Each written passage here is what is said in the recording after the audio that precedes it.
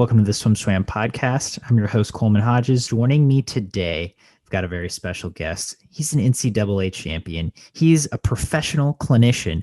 And most recently, he's the swimmer of two personal bests at age 30 in the 50 and 100 meter freestyle at the Pro Swim Series in Richmond. We've got Austin Surhoff. Hey, Coleman. How's it going, man?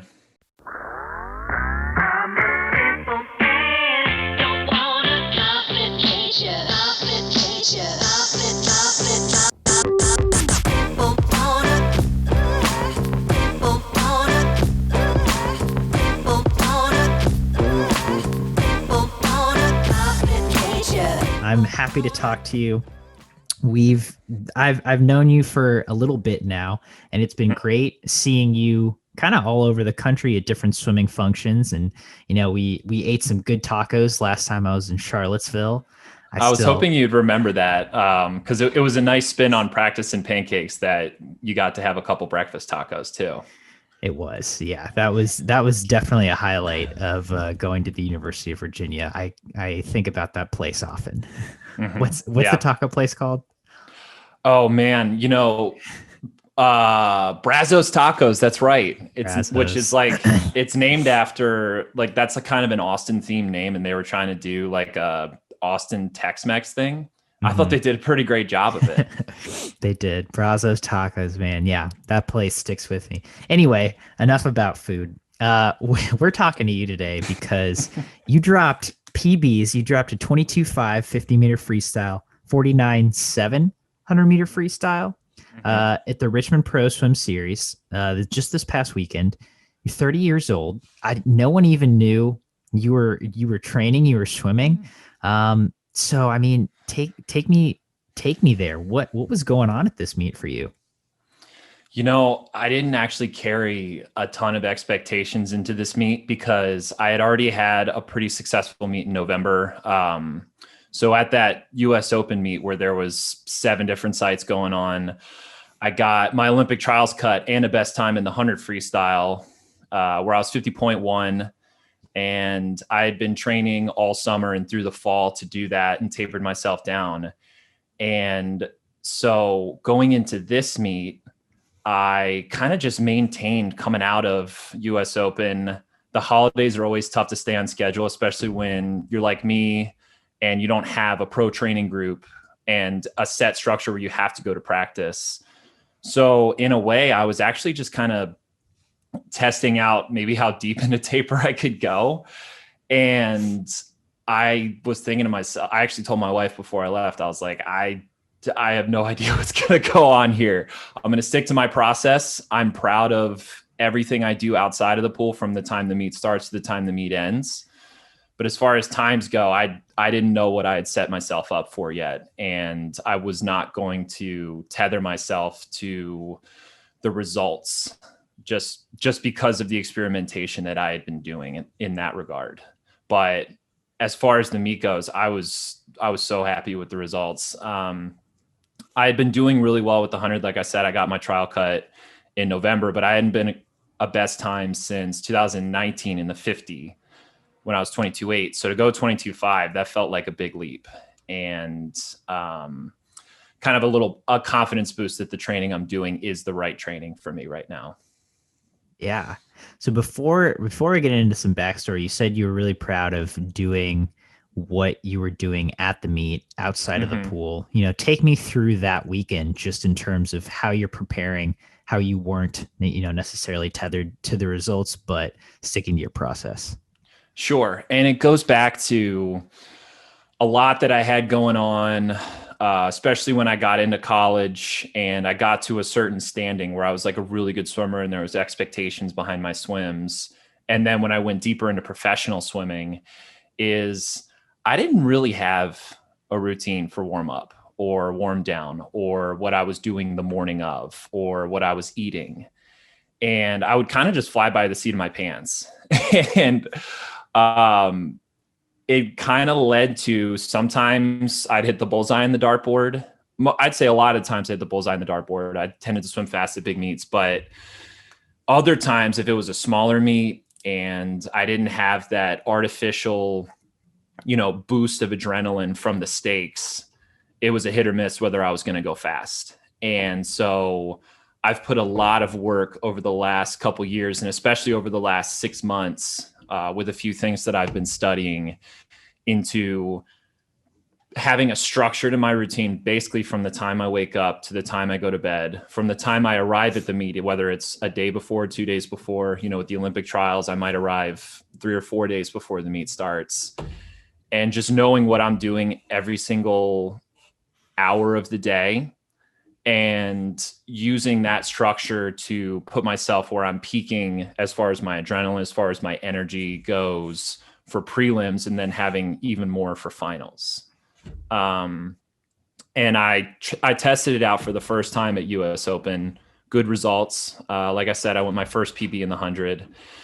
And then at this meet, I really locked in that routine. And it wasn't new. It felt like an actual routine at this point, because I've been training it in my pace day workouts that I do a couple times a month. And I tried it out at the US Open successfully, like I said. So this was the first weekend where I really got to execute it in a trials and finals format, and with real stakes on the line, because US Open was time trials. There was no finals. There was nothing on the line outside of your own, like your time in your first swim. So I guess should I just take us through what I do? Yes, please. Okay. So the main thing that all of this is centered around is I do very intense breathing exercises, and it's kind of becoming my lane on social media. I post about it a lot on my Instagram page. But there's this person named Wim Hof that a lot of people may have heard of. And he's actually someone that I've been familiar with since I was 10 years old. I remember opening up the year 2000 Guinness Book of World Records, and he has a full page splash feature about all these records he had even back in the day. And, where we are today, people can become brands so easily because of Instagram. So now I finally re-accessed basically everything that made him great through these programs that he makes available on an app. And the main thing that people like myself can access from his teaching is a breathing technique. And the idea of the breathing technique is it flushes your body with oxygen. If you do it deep enough, you start to feel surges of adrenaline. And it's something that I do daily to start my day when I wake up. If I have some extra time, I might do it in the afternoon and before bed. And it's also something that I work into my pre-race routine. So let's use the day of the 100 free, for example. First time I got under 50. When I wake up in the morning, the very first thing I do is put my cold brew coffee in the microwave. I like it hot, but I also like cold brew. So it's the best of both worlds. And then when the coffee's ready, I start doing about 4 to 6 rounds, just depending on what I'm feeling and if I'm getting bored or not, because I get bored very easily, of this breathing technique. And that is the first start to my day. Then, about how long does that take? And that takes, so it's about, let's see, it's about 90 seconds to do the breathing, because it's 30 seconds of about 3-second inhale, exhale breaths. And then you hold your final breath out for as long as you can. And that, just depending on how skilled you are and how much training you've done, that'll take a minute all the way up to 3 minutes at my best. And so if you put all that together for 4 to 6 rounds, it could take about 20 minutes. And then I get my stuff together. I leave, I go to the pool.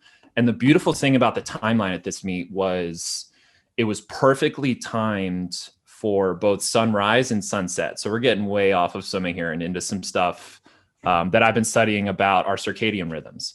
So the pool was open for us to go in and be tested around 7, and sunrise is around 7:15. So why that was important is some research that I've been doing on another podcast I listened to from a guy named Andrew Huberman. He's a great Stanford professor. He said it's super important to basically expose yourself to the type of light that occurs at sunrise and at sunset, and it sets your body's circadian rhythm, and it's important for a whole variety of bodily functions. And it's most important for your sleep. And as we know, sleep is super important to meets. And also, before you go to sleep, catching the sunrise also puts you on the up in terms of your energy to start the day. So I get to the pool at 7. I do another couple rounds of the breathing exercises while I'm basically facing the sunrise. Try not to look directly at the sun. That's not advisable. But catch some sunrise, get tested, head on inside, and then an hour and a half out of the race, I do my warm up. Takes about, I think I timed it on my watch. Apple Watches are nice because you can time yourself. It's waterproof. Anyway, it takes about 20, 25 minutes. I do a couple starts if the pool's still open, just depending on the timing of my race. And then this is the part that might be a little strange to people, might be counterintuitive because you're supposed to stay warm after warm up. But I actually go back outside to do another 6 rounds of the breathing. And at that point, the energy from my day has really gotten to a point that when I do the breathing, I can feel these surges of adrenaline coming through me, rounds 4, 5, and 6.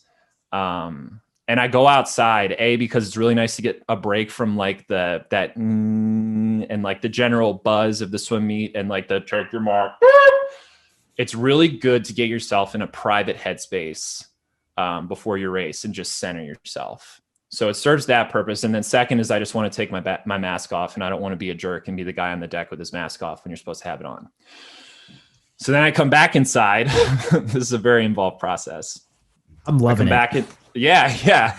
I come back inside, and first thing I do is get a hot shower, because the trade-off there is I get this alone time, I get this fresh air, I get to take my mask off so I can breathe deeper and get more in. And I know a lot of people have been saying that studies show the mask doesn't inhibit breathing. That's just more of a preference for me.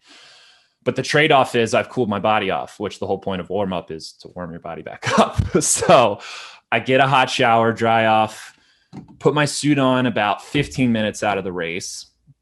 Nice thing about this Pro Series meet is there's not really a clerk of course where you have to show up at a certain time. They just were kind of lining us up on the side of the pool. So I could literally chill in the warm down pool area and just wait until it was my turn to go up to the blocks. And while that's happening, guess what? I'm doing more of this breathing. And at this point, my adrenaline, I've been controlling it basically since I've woken up. My adrenaline, my oxygen levels, where I'm just pushing them higher and higher and higher and higher, to the point where when we're finally brought up to the blocks and I can take my mask off, I blow all of my air out as if I'm about to finish another round of the breathing. And I can feel this final flush of adrenaline. And then I inhale it all back in and I get this flush of oxygen, and it puts me in basically what people talk about, which is the zone or a flow state. And then I step up on the blocks and it's time to go. And warm down, same as always. Just a good rule of thumb is swim till you feel good and then swim another 10 minutes. And then there was no ice bath, so I hopped in the James River outside of Richmond both days to get a little bit of recovery. I saw that. That's very creative recovery. I saw you posting about it on your Instagram. That's pretty awesome. Yeah. So that's all that. That's how it works. And then at night, it's just little tweaks. And this is actually something I learned from Brett Hawk. And I was lucky enough to interview him for my podcast. And he said one of the things he talks about is kind of like emotional management.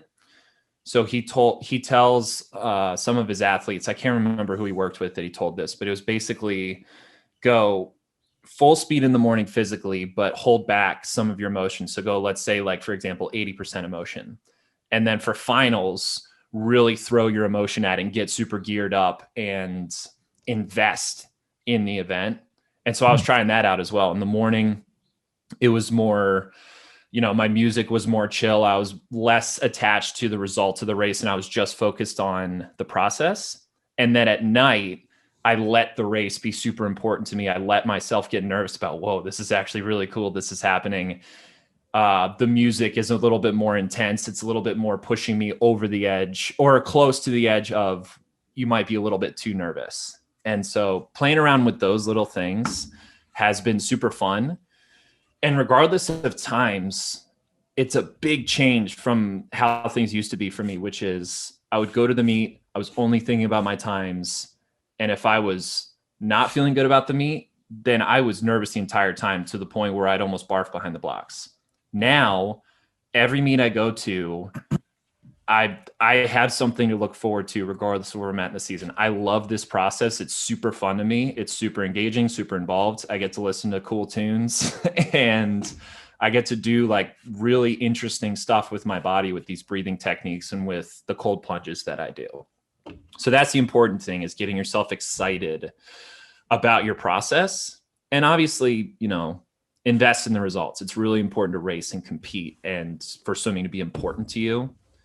But the process thing was missing for me before. And it's been really amazing to actually feel excited about that side of things. Absolutely. And I think a lot of people can relate to what you're saying of being invested in the times, but not having that process, not knowing how to invest in that process or buy into that process and make that the focus rather than the times, because swimming is so time centric in so many ways. So I want to dive into a bit of the history of you now. First off, when did you, was there a time when you stepped away from the sport, maybe retired or something? And then when did you start getting back into swimming and saying, hey, this is actually something I want to try again? I stepped away in 2016. It was after 3 years of being a pro. After my last Olympic trials at that point, I got an 8th in the 200 IM. I'd put 3 years into my life into, training for the 2016 Olympic trials, and had actually taken a step backwards from 2012 when I got 4th. And a couple things were going through my head at the time. Number one, it was, well, what was all that for?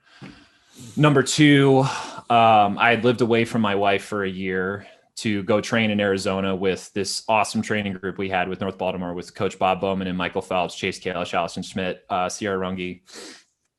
And I knew I had to get back to her. And here in Baltimore, which is where we still live to this day. And it didn't really feel like I was almost like allowed to swim anymore. It was like, if I can't be at this level training with the type of group that is, NBAC's pro group or something similar like Mecklenburg or Wolfpack Elite or whatever, any of those great pro groups, it felt like I was almost not allowed to swim. And then lastly, a lot of my closest friends, I was basically the only one who was still swimming. And they were off, traveling the world, getting internships, and I was at swim practice. So it really felt like it was time to move on with my life. And it felt weird that I would still be swimming if I hadn't made an Olympic team, because that's what you think. And no one put that in my head. It was almost something I projected out there. Like, I kind of have to stop because I didn't succeed in the mission and we're at a logical stopping point. Right. So I took some time off. I was a marketing firm associate for about 6 months. And it was an internship, and great people that worked there. I was lucky enough to get the opportunity with people that I still keep in touch with to this day, but it just didn't stick. And then I got into coaching, and that was actually kind of my first steps back. I started doing fitter, faster swim clinics, which I still do to this day. I've done about 50 or 60 of them at this point. And it's just, every time I do them, it's really nice to go and understand perspective on like what you've accomplished. Cause it's such the bubble that I was in when I was swimming, and that bubble gets smaller and smaller as you move through things, I felt like I was on the low end of the spectrum because I was swimming with Olympians every day. Michael Phelps and Chase Kalish were kicking my butt every single day in practice, and they would crush me at every single meet in my best events. And so I kind of had this weird perspective of, well, I was okay. But then you go to these meets and these 10-year-old kids and you realize, wait, their parents would if they said, hey, hop in a time machine and you could have Austin's career tomorrow, the 100% of those parents would say yes. Like, yeah, sweet, Genie, put my kid in the time machine and just give him Austin's career. So that was a nice bit of perspective that, like, wow, I actually did pretty well with my career. And then for the coaching, I was living in Baltimore, and Scott Armstrong, who had coached me at North Baltimore, in my age group days and in my high school days for about 5 years on and off. And I'd known him even longer than that through family friends. I asked him if I could just kind of be a volunteer assistant a couple days a week at Hopkins. And I loved it. And it's fast forward to today real quick. That's what I still do to this day. We're going back to work on Monday, January 25th. The kids have been outside the pool for about 10 months now. And I'm really excited to get back with them. But back to what we were doing, back what we were talking about with my retirement, I hadn't touched the pool at this point since August of 16, and now we're in September of 17. And I really felt like I was supposed to do something else that was equal to what I did in swimming, because I felt like I was making up for what I missed in the professional world outside when I was being a pro swimmer. And so I felt like the only route that I could do to get there was coaching, because it's like, well, swimming. I grew up in a house with athletes. My dad was a professional baseball player. My mom was a better athlete than both me and my dad in swimming back in the 80s. And it felt like I'd just been an apprentice to athletes my whole life. So I was like, okay, what else can I do? Coaching. And then I didn't get back. I still didn't get back in the pool. So midway through the 17-18 season coaching at Hopkins, I got a pretty faithful text message from one of my best friends. His name was Brian Collins. He swam with me at Texas. We were both at one point Texas 400 IM team record holders together, and he's just one of my good friends to this day. And he texted me out of the blue in January, and he was like, hey, there's a Masters meet in April. A few of us want to get together and try to take on a couple American records. You want to come down with us? And at the time I was like, I don't know if I'm like into swimming. Like it's not really, I don't know. But what was important about it, and I think a lot of people can maybe relate to this, is it was a way back in that wasn't, I have to be who I was before. He wanted me to come down and just do some relays with some master swimmers at a super chill meet at our old University of Texas pool and swim like a 50 freestyle, 100 freestyle, and a 200 freestyle. Like not that tough. So then January to April, by the way, this is going to keep going because all of this builds on itself. Oh, yeah. January to April, I was like, all right, I'll train a couple times a week. I'll hit the weight room. And then when we get to this meet, I'll shave and taper. It was nice to be shaved again. It's a great feeling in the water. And we did it. I went pretty fast. I was 19.5 on a rolling 50 freestyle, which I hadn't done since I was a sophomore in college. And we set 4 American records for masters for the 25 to 29 age group as relays. And they weren't shoddy. I mean, I think a few of them had, whoever put those relays together put Ryan Lochte on them. So that felt like a big deal. And I was like, oh, okay. Like that's actually, maybe I can do this thing in a different way from what I did before. But in my mind, culturally, I was still a coach. And at that point, I had already agreed to be University of Virginia's volunteer for the 18-19 season. So fast forward to there, I'm swimming a couple times a week. I'm playing pickup basketball, which I would always, that's until March of last year, that was my way of staying in aerobic shape, but we don't have to get into that right now. And Virginia, very intense coaching staff that's like super professional with huge goals of winning NCAA team titles one day. So I am in it. I'm in the coaching thing that year. I'm still swimming a couple times a week with a couple friends that I had there. But again, culturally, I'm a coach. And I didn't really have any real goals for the swimming. So fast forward again to about April of 19, I had found out that one of my good friends from Texas named Hayes Johnson, he had set a Masters world record in the 200 backstroke. And I was like, okay, well, Hayes and I would always race in backstroke back in the day. I feel like I could try to break his record. And I don't think he actually knows this. So this is actually going to be kind of funny. But I was like, I'm going to train to try to break his record in the summer of 19. Still not back in swimming yet. I'm still like hanging back. I'm a coach kind of thing. Yeah. And so I decided to train with the goal of let's break Hayes' record by July of 19 at just whatever Masters meet I can get to. And what happened was I I kind of curled up and went into a shell. I didn't go to practice frequently for a couple weeks, and I got super into the basketball and almost like put swimming out of my mind. And what had happened was I was falling back into my old self, that old self that had retired and was a 200 dimer, 200 backstroker, and had gotten to this level. So what had happened was I put should on myself, and I put expectations that were external on myself again. And it wasn't a feeling I'd liked. It wasn't a feeling I had felt in a couple years. So that summer, I was like, you know what? I'm not a 200 backstroker anymore. I want to sprint. I just spent a year learning from Todd DeSorbo and the University of Virginia sprint program, which, as you know, from practicing pancakes and talking to Todd about that, Andrew Sheaf, who's a genius, Wes Foltz, all these people who are amazing sprint coaches. Let's take this knowledge and let's be a sprinter.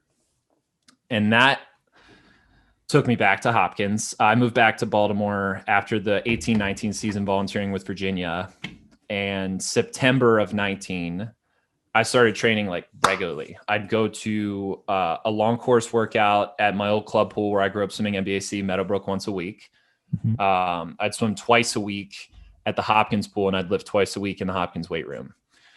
Still not culturally back as a swimmer yet. It was more, I would tell people it was a hobby, which that allowed me to hide. That allowed me to say, like, hide from, oh, what? You're still swimming? Like, what?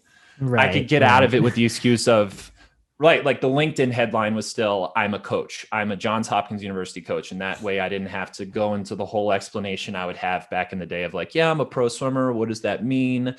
It means I'm swimming outside of college. There's not really pro teams. Oh, cool. All right. See ya. So, but I had something to look forward to. Hopkins goes every once in a while. Hopkins goes to the Big Al invite at Princeton, and they were allowing time trials the day after the meet because the Olympic trial cuts had come out by 2019.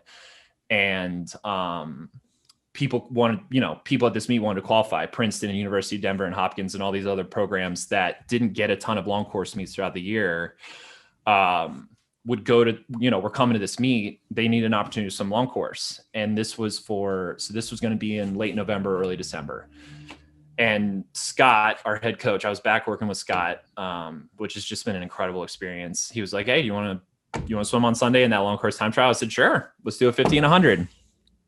So September through November, I got into a training routine that I mentioned, and I went to this meet, and I went 22.8 in the 50 free. It was my first 2020 trial cut. It was the first time I'd ever gone a trial cut in the 50, and then kind of a show of how much training I'd done at that point.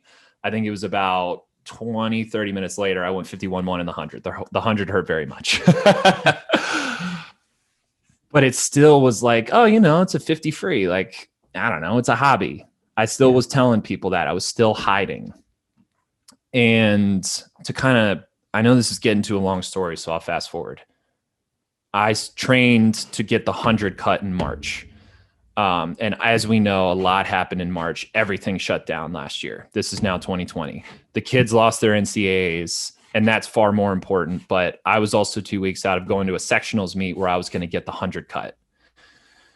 And it took about a month. I mean, it took a lot of people a lot of time to kind of wrap their heads around whatever it was that had been pulled from them. My wife and I are very lucky that we are just in a very safe situation where we are. And she was able to seamlessly start working from home. Mm-hmm. But anyway, it's still depressing to be like, man, I had put 6 months of work into trying to get this trial cut. And now I don't even know when I'm going to get an opportunity to do it. So that summer, and now that we're talking about last summer, I stayed in shape. And finally, I think it took me to a point of,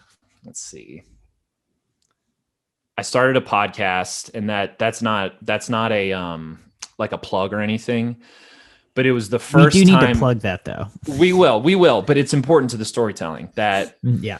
This past summer, I got to a point where it was like, I'm tired of hiding from myself. The real reality was I had missed the heck out of being a pro swimmer. What I was missing was I just didn't like doing the training for a 200 IM anymore and 200 back. I mean, I got my butt kicked again by this super intense aerobic training for 3 years out of college. And what I wanted back was my identity as a pro swimmer. What I didn't want back was the training. And the important thing for me to understand, and a lot of people had this experience of like very internal soul searching, was I just didn't care anymore that I had to explain to people what it was to be a pro swimmer and what it meant for me. And so when I really was culturally fully back into this thing was when the US Open was announced in November. I think it was sometime maybe in like September, October, I forget the timeline. And I was like, I'm going to get the 100 at that meet. I am back as a professional swimmer, and we're going to do this thing for real. No more half-assing this thing anymore. Now I can still be a coach, and I still very much cherish the opportunity to coach Johns Hopkins University, but that doesn't preclude me from also saying that I'm a professional swimmer. And so that's the long-winded path back. I hope there's something in there for people to learn from. Yeah, absolutely. I mean, that's a great story. And I appreciate hearing the whole chronicle, because I think it is a process. I mean, like you said, you do Fitter and Faster clinics. That's where you met my brother Wyatt. He's had, a similar path of like, well, I don't really want to be done with swimming, but I don't know how to incorporate it into my life while also, pursuing a career or doing something else, and having to tell people, well, yeah, I still do swim, but it's not the norm, or it doesn't look like what everyone else's concept or idea of a pro athlete or being a swimmer is. And so I think we're seeing more and more people find their own path and through swimming, and be able to still do it in a way that works for them, works for their career, and still love it, which is awesome. I think it's almost taboo to say this, but I try to find silver lining and opportunity in any situation. And it seems like a lot of people use the last 10 months, as long as their situation was relatively secure, to do some internal soul searching and to really discover new things about themselves deep in themselves, and to also be okay with those things about themselves. I think I almost use coaching as a way to like, it's a really weird thing to try to describe, but I was basically like inching back towards it while also not having to say to myself that I miss swimming, I guess. And the podcast Pro Corner, I forgot why I brought it up. I should explain. I called the podcast Pro Corner because I'm obsessed with what it means to be a professional, because swimming, it was so vague for so many years. So even like pieces of media I put out in the world is a reflection of that internal confusion about what it means. And I think I finally have come to grips with it, and not come to peace with it, but have confidence in it over the last couple months. And that's why I can culturally say that I'm back as a swimmer. And I think your brother is a great example of, you can do it well, and you can also have a life outside of it where you're successfully moving through the world and moving through a career. I mean, he's a successful engineer at this point, So I just think it's out there. Nothing that I'm doing is something that other people can't do. And I'm not talking about like the times or how far I may get, but just the strides you can make and the things you can do with, the free time that you have. I think that's super important. Yeah. And with that, I want to get into the specifics of just, if you're someone out there who relates to this, who, your swimming career is over and you're like, well, what do I do now? And you maybe want to get into swimming. It's like, I'm guessing you probably don't put super long hours into this, right? Like you said, you manage your time kind of wisely, and you take the free time that you do have and you make the best of it. So tell me a little bit about just your day-to-day, what a normal week looks like for you, and how much time you actually are putting into swimming. Sure. I think just to kind of give a full picture, again, it's just because the pandemic just was such a seismic shift for a lot of people's day-to-day routine. I got to kind of take us back to September of 19, when I first moved back to Baltimore from Virginia. And I'm basically basically started the path that I'm on now. I should point out I've moved every year for the last decade up until September of 19. So that is the first time that this training line that I'm on starts. So peak training, which was September of 19 through March of 20 when everything got shut down, I would do a long course workout once a week with my training partner, Tony Calillo, who is more of a spiritual training partner because of the pandemic and we both have work schedules. It's hard to meet up all the time. But Tony and I would meet up at Meadowbrook once a week and basically just do a variation of the same set. Are we getting into sets or is that what we're doing? Okay. But it's simple. It was a set of 12 or 1650s where every fourth we descend 1 to 4 freestyle and are training the second 50 of the 100 freestyle. And that's it. 2 practices a week. I hop in our well that we have at Hopkins, and that is to do just both of those days is 45 minutes of just racks, power rack work, and destro tower work with the buckets, and then also some starts. So each of those workouts, I mean, 2 of them, you can't even count the yardage. Because it's 10-meter sprints on the racks. If you really wanted to add them up, I guess you can, and 15-meter sprints on the buckets. And then the workout that we do at Meadowbrook, maybe 1,500, maybe 2,000 at most. And then I would do weights twice a week. Super focused with that. It's what are 3 or 4 exercises that, again, I can do in 30 to 40 minutes and then get out of the weight room and get back to my day. I really don't like doing 2 to 3 hour things that a lot of people like, where I'm in there doing 10 different exercises and doing circuits. I like to keep things simple and focused and doing them in 30 to 40 minute chunks. That's about the extent of my attention span with this stuff. For aerobic, and again, this is all through March, I would play pickup basketball once a week. And that was super important for 2 reasons. Number one, 45 minutes. It's aerobic. It's a mixture of sprinting and distance running if we're getting up and down the court, or if I'm sprinting over to, say, guard a corner 3. It's also a way to get out my competitive Jones, because when you coach yourself and when you basically swim solo, Tony and I don't really race each other. We tend to share a lane and we'll go 1 and then 2. I don't really have a whole lot of competitive outlets in swimming anymore. It's all based internally on performance. So I would get my competitive Jones, like I said, out on basketball. So that's how I was training through March. Pandemic hits. I take about a month to kind of just go off into the wilderness with training, if you will, and just not really do anything, kind of take some time to refocus, figure out what I want to do.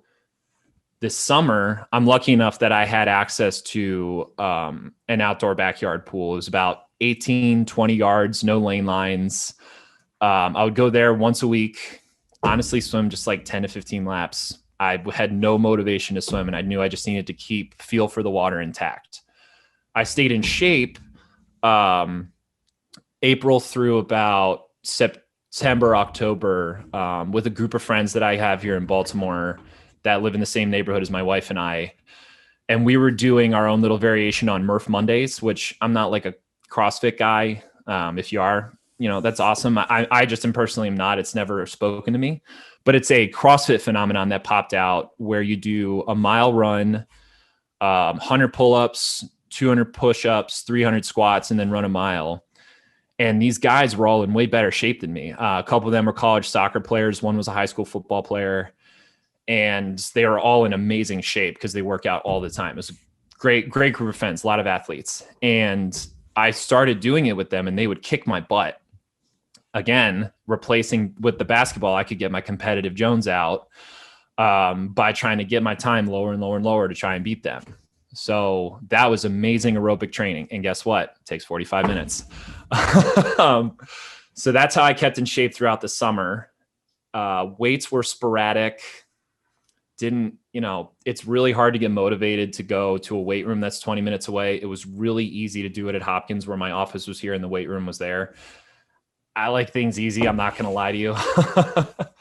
But September, I got access to Meadowbrook back. Meadowbrook opened back up, the long course pool I train at.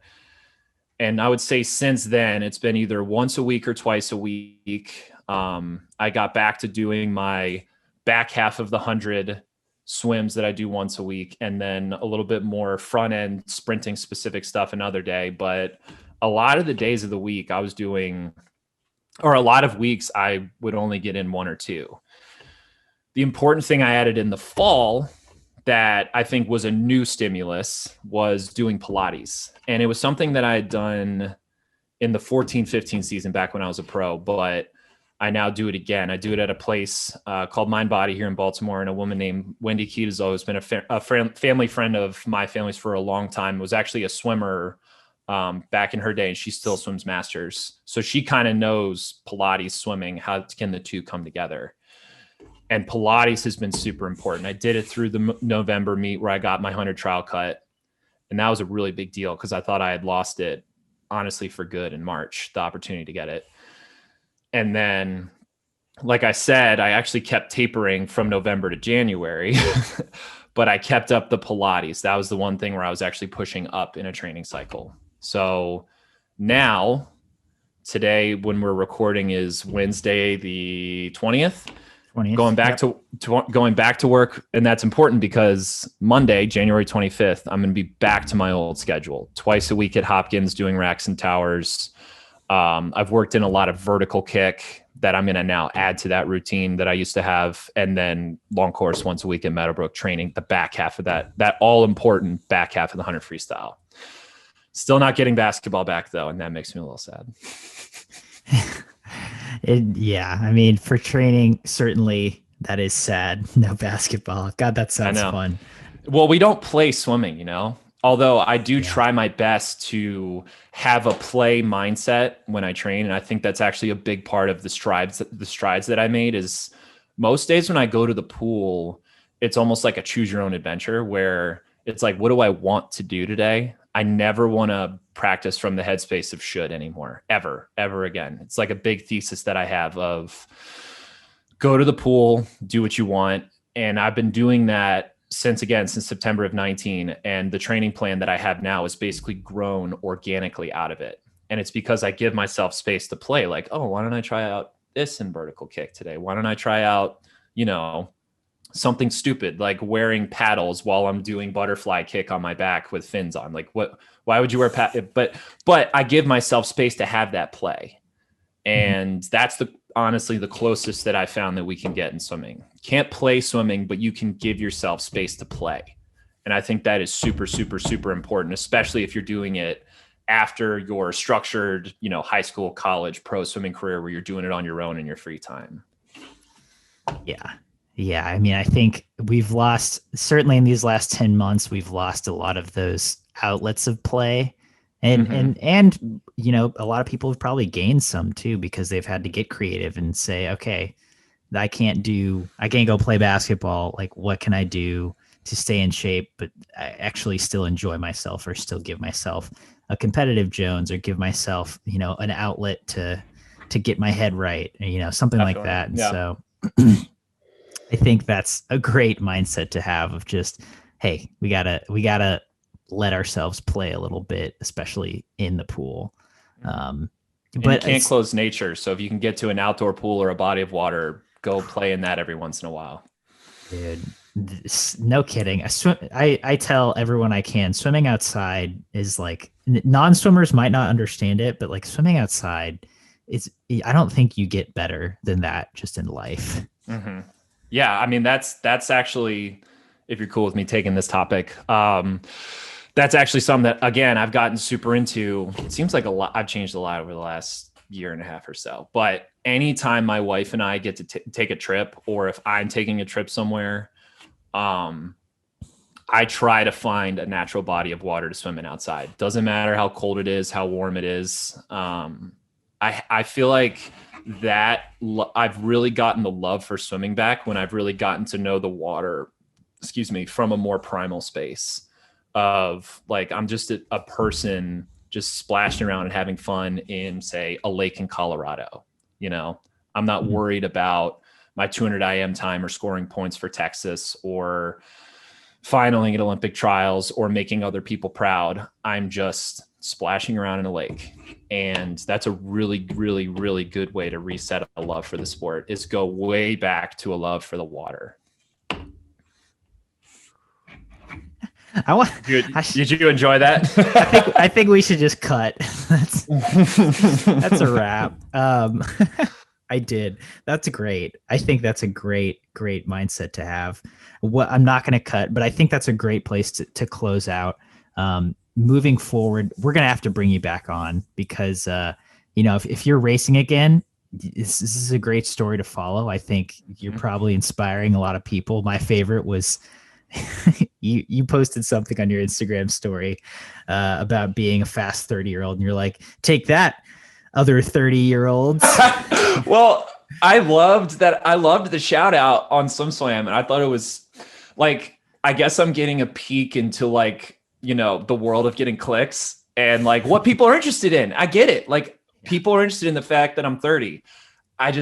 In my mind, I'm just me from when I was, 23. Obviously I've changed a ton, but it's weird. I think I actually left this in the comment section. I enjoy spritzing some comments in every once in a while, but it was like, oh yeah, it really is weird to read 30-year-old Austin Surhoff, because I know I'm 30. I got it. It's fine, but it's really just, oh yeah, I guess I'm officially in the world 30 years old. So it was fun to play with that on SwimSwam. But yeah, I'm going to keep swimming. I'm going to keep doing these cold plunges. I got to tell you, 20 minutes in the James River at 40 degrees, which is colder than most ice baths, that was better than the ice baths that I get access to at most meets when we don't have to social distance. So gonna keep jumping in outside, gonna keep doing my my crazy breathing, and hopefully keep getting faster. But I hope people find inspiration, not because in a selfish way, but again, it's because all of this stuff is super accessible, and I am not someone who's a grinder. Okay, I know we're trying to wrap, but I really want to get this across. I'm doing this from a space of someone that doesn't want to grind. Okay. I worked hard enough that I was an NCAA champion in 2IM. I was fourth at the Olympic trials. I mentioned earlier, I set a Texas team record in the 400IM. I was good at events that required hard work, and I worked hard, but I always knew that I was about maybe 85, 90% the grinder that other people were. I didn't live to bust my ass and get yardage. I always knew that about myself. So I now live that 100% with what I do now. Is what can I do that takes 40 minutes or less that I can do within the space of the week that I have? Because again, I'm like you said, I'm like SwimSwam said, I'm 30. I've got a wife and a dog. I've got to pay rent. So I've got other things going on. I have a responsibility to the kids at Hopkins to be a good coach to them and, do recruiting, which takes a ton of office hours. I do stuff that I make easy for myself that just requires knowledge, mental commitment, and just caring just a little bit more about stuff that isn't hard to do, but does take a little bit of focus. So when you shift things around that way, it really, easy is not the right word, but it makes what I'm doing a lot more accessible. And so I hope that's what people can draw from it. You don't have to dedicate 20 hours of your week to swimming to maybe get some things you want from it. I'm not saying get to my level or someone else's level, but just get what you want from it in the next phase of your life. You've been listening to the SwimSwam podcast. Stay tuned for new episodes every week. You can take SwimSwam podcast on the go by subscribing on your favorite podcast platform. Look for links in the description below, and be sure to subscribe to our YouTube channel for more videos as well.